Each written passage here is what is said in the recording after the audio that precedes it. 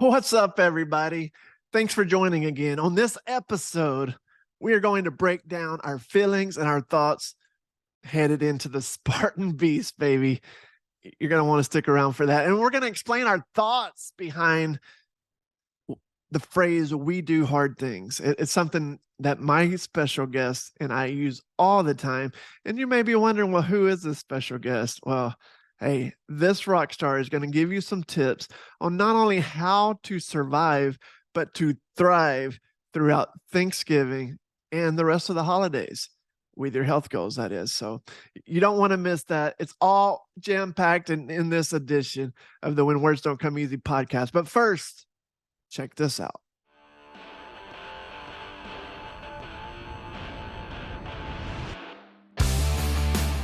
Hey, welcome back to the When Words Don't Come Easy podcast. I am so excited that you're here. If it's your first episode, my name is Andy Howard. So nice to meet you, and I hope you'll stick around for more. Today is episode number 10, baby. I have made it 10 so far, so still going strong, and today is going to be special. As promised earlier, I have a rock star of a guest, so without further ado, I'm going to introduce the one and only, and let me fix this real quick, Miss Tiffany Howard.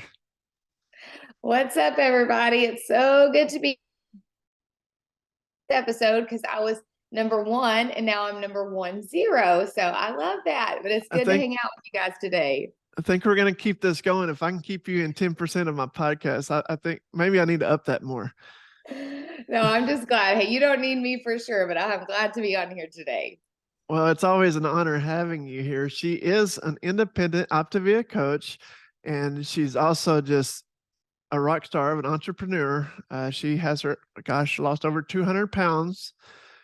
She has ran a half marathon. She's run a Spartan Sprint, a Spartan Super, and as of this weekend, a Spartan Beast, the trifecta in 2022. And don't forget all the 5Ks and 10Ks that I've run too. Lots of 5Ks and 10Ks, and a mama of 3, and special needs mom / twins mom. Got anything else? What your title is getting longer and longer. Hey, I don't need all the title, but I do need the fitness accolades because I worked really dang hard for those. I worked really hard for them kids too. It's true, but that's what we're talking about today. Is we do hard things. Gosh, there's so many things. Even this past weekend, and I was thinking about the book came out, When Words Don't Come Easy, and I'm starting to speak now, and I was thinking about how hard it is. Writing the book was easy. I thought that was the hard part. Writing the book, I locked myself in a room, just me and my thoughts, me and God, and it was so easy to me, that part. And now I'm learning the further I go, each new chapter that's asked, hey, by the way, you're going to do a podcast. Hey, by the way, you're going to speak here, or you're going to introduce yourself to these people. Each day I am terrified. So it's getting harder and harder. But I found out there's a little motto that we always go by in the Howard house, at least. We do hard things. What does that mean to you? We do hard things. Well, it means a lot, but we don't grow in our comfort zone. And I think that I've learned that over my life. Early on in my life, I wanted everything to be easy. And I actually think from facing, and I know I talked about it in episode 1, so we won't go back. So if you need the backstory of our life, you can go to episode 1 for that. But we faced so many hard things early on in our life, and we didn't want to do those. Like nobody wants to go through pain and hardship and heartache and all the stuff. But what I've learned is that it was those very hard things in our life that were the stepping stones to the success that we have today. And without all of that, I truly don't believe we'd ever be where we are in every area and facet of our life. And so we have learned in our house that everything that we do that is incredibly hard, that's out of our comfort zone, that scares the crap out of us. Can I say crap on here? I hope so. Considering I'm your wife, I guess I can get away with it. But everything that we do, we just got canceled at episode 10, by the way. Hey, there's people saying way worse than their podcast. I'm just kidding. Keep going. But we have learned that anything that's hard it helps us. That's how we grow. We don't grow in our comfort zone. And we have watched this in our lives, in our children's lives. And I always say, if I'm not doing something hard, like I'm not growing. If I'm not doing something scary, I'm not getting better. And that has become the motto in our house. Howards do hard things. And I will say, even just to give a little example of this, one of our daughters, and Andy may have talked about her on here, but she's a cheerleader and they have to practice. It's like this rigorous, like, I mean, they're in the cheer gym 6 to 8 hours a week. Plus she I has several couldn't be a private swim. cheerleader I could not be a cheerleader. Now, they need to all that pay time. us parents It's because hard. we have to do so much stuff for this thing. But that's a whole nother side note, y'all. But it was so hard. And every time she's like, Mom, this is so hard. Dad, this is so hard. I don't want to do this. Blah, blah, blah. And all the things, right? And we're like, Howard's too hard things. Keep pushing. But Saturday, she got to perform her first competition. And when she left, she said, it was the funnest thing I ever did. It was so worth all the hard work. Right. So hard work always pays off. It's true. And I love seeing her come to life. And honestly, it's the hard times that make these wins so much more, valuable and worth it, like you mentioned. Because if it's always easy, you don't appreciate the hard work. And so I love it. We do hard things. I mentioned we are doing a Spartan. We're actually about to jump on a flight as soon as this thing's done, headed to Phoenix to do the Beast, 13.1 miles, 39 obstacles. What I wanted to do a part one, and we will come back and do a part two post race, but I wanted to get your feelings, your gut going into this thing. How are you feeling, and what do you think about this beast? I have a lot of mixed emotions about it. I am freaking pumped for sure. I'm so excited. I mean, even like this week, I was listening to some Spartan videos and I mean, just hearing the music and the chants. Like, Spartan is a thing, y'all. If you've never done a Spartan, I highly encourage you. And we'll talk more about setting goals, I'm sure. But it's such a community and a family. And those that are listening that may be a part of our Optavia family, I know there's a lot of you are not, but we value family so much in what we do. And so I love the Spartan family. And I'm so excited, like so excited, because I think when you set a goal, and we set this goal like early in the year. Well, actually, I set the goal, and then I got a bunch of people to follow me. It was really my goal. But I have learned in my life that I have to set. I'm not one of those people to set a small goal. And some people, I think you do have to know yourself, like for sure. I think in fitness, I'm able to set these huge goals because I have set small goals and crushed them so many times that I have developed confidence in my ability. I know if I put my mind to it, I will succeed. So sometimes you do need to start small and just build up that confidence with yourself. I mean, that commitment and dedication with yourself. But for me, I knew I needed to set a really big goal. And the trifecta. So for those who don't know, it's running a Spartan 5K, which is the Sprint. the sprint, which is the sprint, the 5K, and it has like 25 obstacles or so. And then you run the super, which is the 10K and like 30-ish obstacles, 25, 30. And then the beast is the half marathon, 39 obstacles. And to get the trifecta, you have to run all three of those in one calendar year. And so I knew that was a ginormous goal for me, like ginormous. And so I got a bunch of people together and said, hey, let's do this thing. We set the goal to finish by the end of the year. And I think what's so powerful about doing that is that gave me gave all of us, almost a year to prep for, and then we did small runs in between. The 5 is the smaller, then the 10, then the half, and it built up to this. And so it gave us mile markers. So we stayed consistent with our nutrition and our fitness. But to be able to crush this, like I have no doubt, I mean, every finish line I've crossed crying. I know I'll cross bawling and probably like dragging myself over that line because it's not going to be easy, y'all.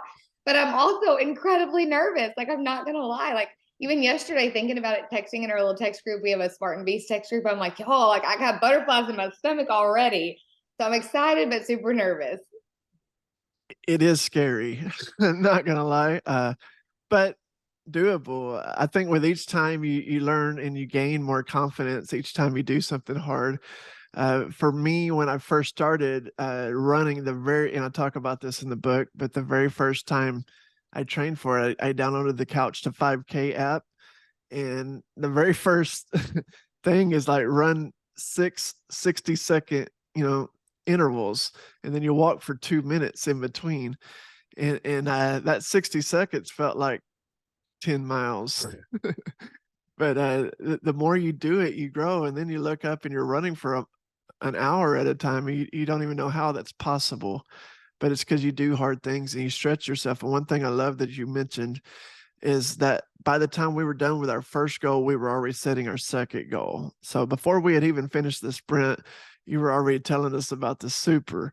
Now I had retired. I had did 2 sprints before Tiff came along, and then she's like, "Hey, I want to do this." I thought I was done, but that was pre-COVID, so we had to re-up our game. Before we were done with the super, she was already talking about how cool it's going to be to finish the beast. The beast scares the stink out of me, not gonna lie. uh, Halfway along the way, and this I can say this now because I didn't want to tell any of my teammates, but I have quit running. So the last 10 weeks, I haven't been doing my running like I was doing. Just so many injuries that was beating up my body, and for my personal goals, I was setting my muscle was just I was losing muscle like crazy. I'm sure I was getting endurance, but my personal goal. So no matter what, here's the deal. No matter what, I will finish. Now, when we come back to finish the recap of this, we'll see if that was a smart choice or not. I do know I'm stronger than I've ever been. I've been working out twice a day on my strength and been trying to fuel myself properly and eat to support those working out. So we'll see if the strength matters if you cannot breathe. We'll see. Well, I think it does matter. And I think what's so cool for everybody is like getting accountability and doing it with a group. We have a group of us that are going to complete this. There's 2 Yeah. other couples that will also complete the full trifecta with us. And then there's others that we have acquired along the way that are running Talk with about us. scared. Some of them just jump straight into the beast. 2 different couples. That's awesome.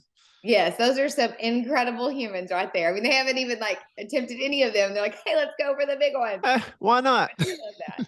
But I think having that accountability and community is so powerful. And it just shows like having that healthy community because, like, for me, I'm a runner. That's what I am. My muscle is nothing compared to so many, like Andy's and so many. And I actually have been working on acquiring my muscle. And so I already have my next goal set. So after the Spartan, I will stop long distance running for the next year. And I'll definitely do some hit running because it's my high, literally, it's my antidepressant, but I will not do long distance because long distance isn't great for your muscles, or build in your legs and core, but definitely not your arms. And what's so cool about having others with you is I can run the 13 miles without stopping like that. I feel like I'm beast mode that.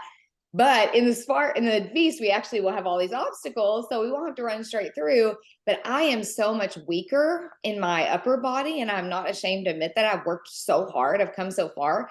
But what's so neat is we got Andy, who's like beast in his muscles and his arms, and then we have all these other guys. And so even though Andy may not be as great at the running side, all of us who are can encourage them, and then they can chunk us over walls and put us on their shoulders or whatever it takes, And so we we can do do it as that. a team. Yes, a team. That's different than any other race I think out there that makes it so fun in team building. We all do it as a team. So we all have different strengths and weaknesses. Well, I do want to ask you one more question, at least for the interview part, and then we're going to give you some great takeaways for Thanksgiving coming up in 2 days. I do want to ask you, what is your advice for someone who looks at these lofty goals, or like you were talking about the comfort zone earlier, and they're thinking, man, I could never do that. What would you encourage them to do to get out of their comfort zone and maybe try something new? Well, I first say that I understand the fear. I think we all, and I think sometimes too, you on the other side of this podcast can see those of us who are successful, and whether it's our business or our marriage or our health, fitness, all the things, and you think, oh, it's just so easy for them, or oh, they weren't scared. But reality is, like, we were just as scared as you. I mean, terrified. And I know what it's like to feel like a failure and scared of failing again. But I always say it's a famous, I always forget his name. He's like my favorite leadership guy. What's his name, honey? Would that be John Seven Maxwell? laws of leadership. John It's Maxwell? gonna come. No? Huh? John Maxwell? John Maxwell. That's it. John Maxwell. He's my favorite. Oh, I can't remember his name.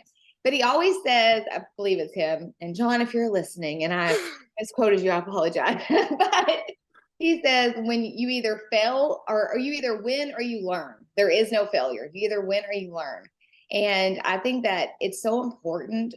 We're never, ever going to accomplish anything if we don't allow ourselves to be willing to fail. But what I've learned is you actually are capable of so much more than you ever thought possible. But because so many times you just want to stay in your comfort zone and the easy and not fail, and what will people think if I mess up, or what if I do this or I fail or whatnot? So many times we care so much about that we never realize the power that we have inside of us and what we truly are capable of. And we don't know that until we've pushed ourselves to those extremes. And so what I will say is, and it really does depend on where you are in your journey. I again set this huge goal because I'd proven to myself that if I set a goal, I care more about what I think of me than what other people think of me. I want to go to bed at night knowing I have done my best, I have made a commitment, and I have slayed it. That matters more to me than what other people think. I don't care if people think I'm awesome or not, if I mess up or whatever, but what do I think of myself? And so I just encourage you, wherever you are, whatever that next goal is, whether it's your health or your marriage or your eating, your nutrition, your fitness, set a goal and do whatever it takes to reach that goal. And maybe you don't need to set a goal that's, a Spartan beast yet. Maybe you just commit to a Spartan 5K to start, or a 5K, or going to dance class 5 times a week. Just set a goal, get major accountability, post it all over social media. And that's what most people are scared of. Oh, that's how you're going to stay committed to your goals, y'all. If you tell the whole dang world and you live it out loud, and then get a group of people who will commit to doing it with you and encourage one another. And that has been what has been so key to our success in this. But the biggest thing is just set a goal, and not a wish goal, it'd be awesome if. It's like, no, here's the goal, here's the date, I'm telling the world, here's my team, we're doing this thing.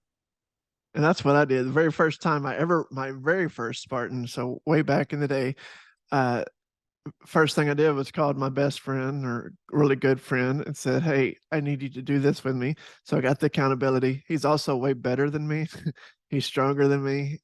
He pushes me. So surround yourself with people better than you. Don't be the best in the room. And then the team aspect and the community aspect is huge. I did want to help you with that quote there, honey, and I'm cheating because I got Google. That would be, "I never lose. I either win or learn," and that was Nelson Mandela. Okay, well, he must have quoted that at one of his conferences. I heard it at. And maybe he quoted it. It's very possible. So, anyways, we do want to leave you with some takeaways. Uh, Thanksgiving, as I mentioned, at the airing of this episode will be in 2 days. So I'm so excited for Thanksgiving. It's one of my favorite holidays. I love family. I love friends. I love getting together. I love food. I got to be better with that. And I've learned how to manage that. You can still love food and still love the holidays, but not make it about the food. You know what I mean? So, Thanksgiving's coming up.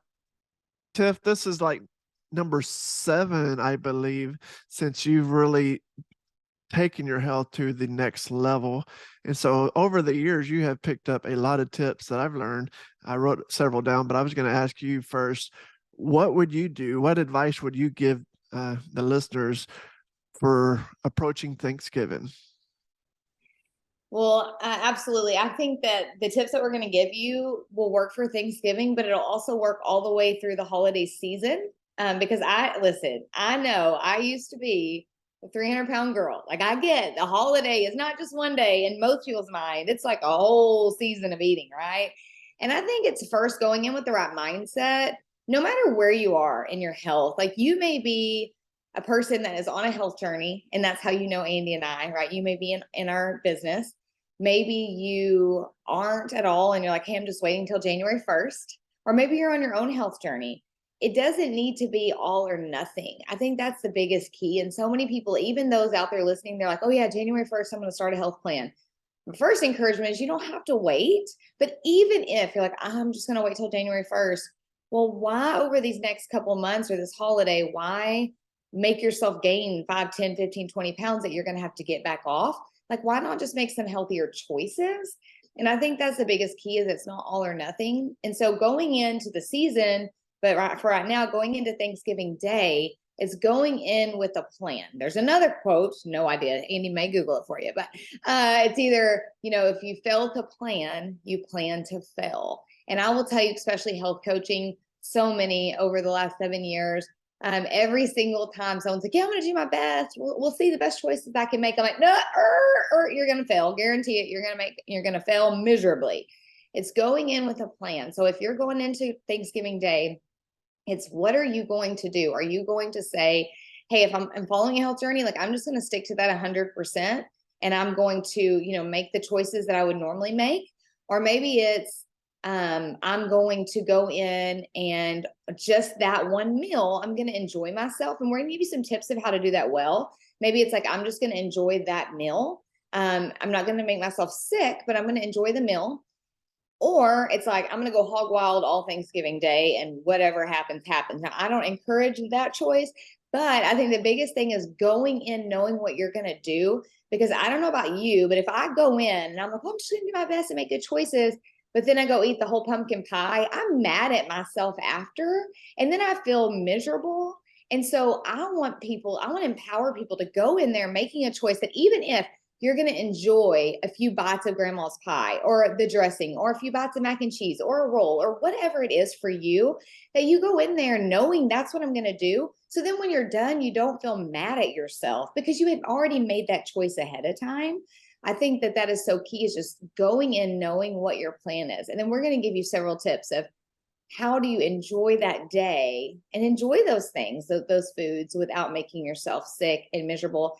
And the last thing I'll say before I let Amy give some tips is, I always ask myself with everything, whether it's a holiday, whether it's a birthday party, a night out, whatever, I always ask myself when I sit down to the meal or I'm thinking about going into that event, how do I want to feel the next morning when I wake up?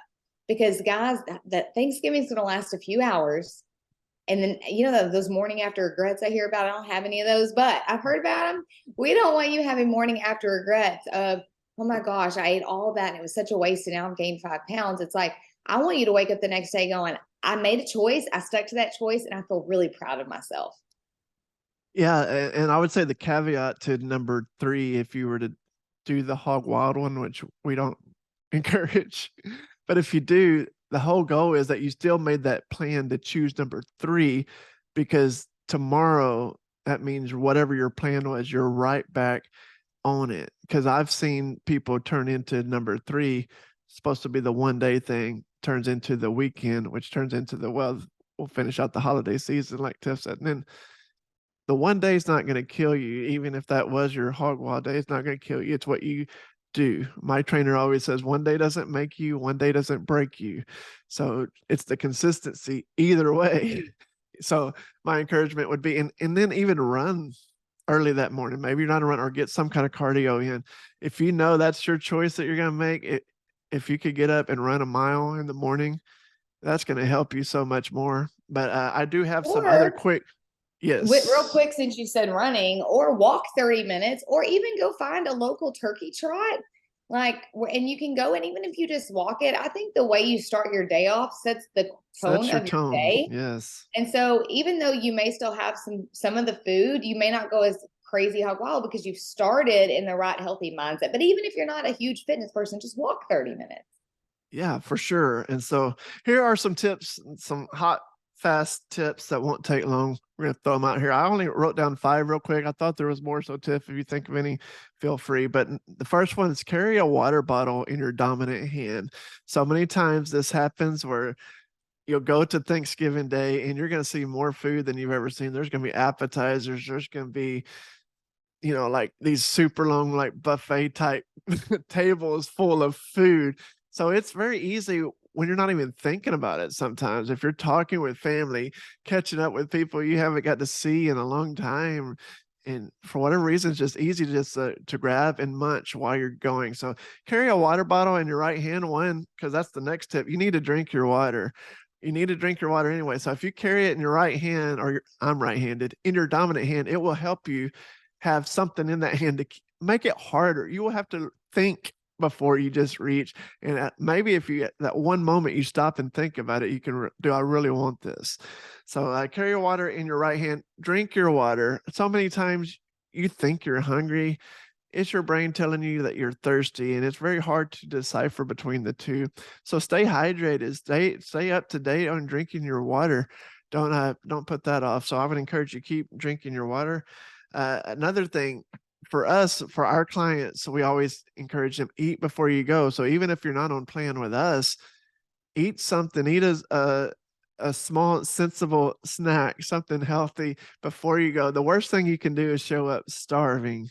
Have you ever went shopping when you're like hungry and you end up with all this stuff in your cart that you don't even know how it got there? It's the same thing. If you show up, you don't have to show up full, but show up after you've ate, you will make much better choices, which leads me to the next point. Before you just dig in, take a trip around. I always call it the buffet, but take a trip around the serving line or whatever it is you have at your house. Look at what you want so you can be prepared and know what choices you're making before you just start loading everything up. And then in the end, you're like, well, I guess I got to eat these 2 plates worth of food because you've loaded it up. And then the last tip I would say, use a smaller plate.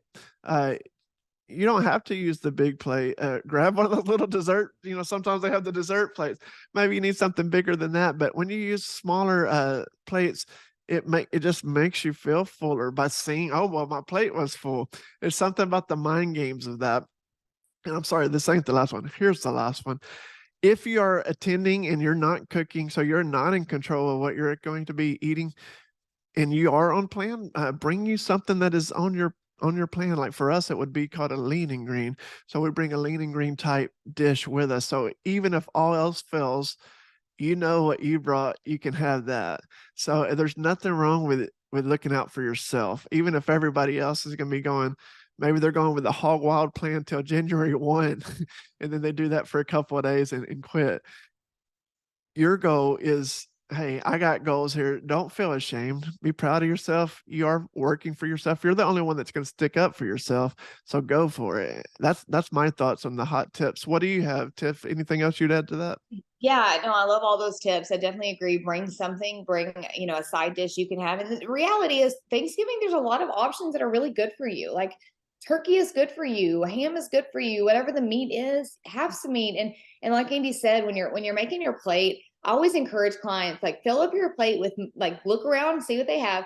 Fill up your plate with all the healthy foods, then add just a very small serving of what are the things that you can't get any day of the year. Like you can, Mm. maybe grandma's mac and cheese you can only get on Thanksgiving. But if someone's making Kraft macaroni and cheese, you can buy that any day of the week. Okay. So like stick with the things that only you can get on the holiday. Or what if this is great grandma's like last Thanksgiving, we may want her pie, right? Okay. So get a little serving of that. And there's proof that says that after 3 bites of anything, it all tastes Mm. the same. So I encourage you, like with whatever your favorites are, just take 3 bites, take them small bites and enjoy them. So many times at the holidays, you're talking anyway, and you're not even really tasting what you're eating. So make sure that it's actually worth it. Then I'd also encourage you to bring like some vegetables, sliced like bell peppers and cucumbers and little grape tomatoes. And so when the appetizers are going around, you could use that for your dipping versus using all the chips and the crackers and all the things. And carbs are not bad, but they're empty calories when you're about to eat a bunch more at dinner. But that way you at least feel like you're getting to partake. And then I'd also, like Andy said, I actually encourage my clients to drink 100 ounces of water before they go to the holiday meal because you're going to feel a lot fuller and that helps. And then eat up until, like Andy said, do not. So many people on the holidays like, I'm going to save my calories up for the meal. That is horrible for your metabolism. Then your body's going to go, oh, I haven't ate all day. Let me hold on to all this fat and calories and all the things. And you're going to way overeat. So I definitely encourage, like, make sure that you've eaten. And then even have a partner. Like when people are like, someone's trying to shove something bad in your face that you shouldn't eat. Some of you, it's hard for you to say no to your family. For me, I'm like, I got health goals. Bye. Y'all get out of my way. But you might not be as bold as me. I would just say, hey, like one, you can just say, you know what? I'm really trying to just make some healthier choices because for me, I know that one pie might not be horrible, but I know for me, it's a slippery slope. And if I eat the pie, I may eat all the pies and you are going to want some of those. So do you mind just respecting that for me this year? I really do appreciate it. Or have a family member, like you got a sister or a mom or an aunt or somebody, tell them, listen, when Grandma Jean tries to push that pie in my face, can you just let them know I'm on a health journey? And so maybe your sister or your family member can say, hey, you know what, Tiffany is actually really working on her health goals. Thanks for just respecting that for her, because sometimes it's easier for you to have other people do it than you. But yeah, just have a plan, go in knowing what you want. And just as soon as the dinner's over, this is my last tip. So many people, if you're like us, and all growing up, there's like Thanksgiving food stays out like for hours. And so everybody goes for second meal or second dessert or whatever. Just make a decision in your head. I'm going to enjoy this meal. And then I'm going to go back to my healthy eating as soon as it's over. We encourage our clients to eat every 2 to 3 hours. So we always say, even if you make a choice that isn't your favorite, guess what? In 2 to 3 hours, you get another chance. Right So back don't on. make Yeah. it Thanksgiving Day, make it Thanksgiving meal, and you will have success. Yeah, it's true. The sooner you can get back to structure, the sooner you're going to survive, not just survive, but thrive this thing. Cause it is about structure. It's about getting back to your plan, your comfort zone. I live in structure. I know some people hate structure, but for me, once I get off structure, I'm all out of whack. So I love getting back to my routine. So like she said, the sooner you can get back, the better. Well, I thank you guys for being here. I hope this has been helpful for you. What we're going to do is this will be in the email coming out for Thanksgiving Day. I'm going to try to get it out on Wednesday before Thanksgiving. So if you have not signed up yet, there's so much value. It's more than just a newsletter. Go to the Howard Hustle. We try to offer value. We try to share hope as much as possible. And our team, they work so hard on getting this stuff out. So sign up at andyhoward.com. Go to the Howard Hustle. I would love for you to get this, and you're going to get all these tips, everything we shared today as well. Also, if you're enjoying this podcast, please, will you give a 5-star review on that? Your 5-star review will help this thing go forward. It will help the mission. It helps other people see it, and helps other people find it. And also, if you haven't got the book yet, When Words Don't Come Easy, that's easy for me to say. When Words Don't Come Easy, it is out. Everywhere, been out a couple months now, and it is. You can get it at Amazon. You can also find it again at andyhoward.com. But you can get it Amazon. I'll even read it for you at Audible. And if you're a Kindle person, we have you covered there as well. But again, those 5-star reviews mean the world for me on all 3 of those areas. It helps Mr. Bezos know that I'm out there. And so maybe he'll keep selling my book on Amazon. But one, it helps people find hope, because the more it gets popped up and pushed up and people hear about it and they're seeing these reviews, the more some random guy looking for hope is going to find hope. So thank you guys for doing that. If this episode has been a blessing to you, please share this one. If you have some people in your life that are, I don't know, looking to maybe get out of their comfort zone, they're looking to do some hard things, share this episode with them, or just the healthy tip portion of it. This will help so many people. Again, thanks so much for being here. It's been an honor having my lovely wife with me. We love you guys, and we'll see you next time. Bye, everybody. Bye. Thanks so much for tuning in. If this episode helped you in any way, it would mean the world to me if you would leave a review and share it with somebody else. Thanks so much. I'll catch you next time.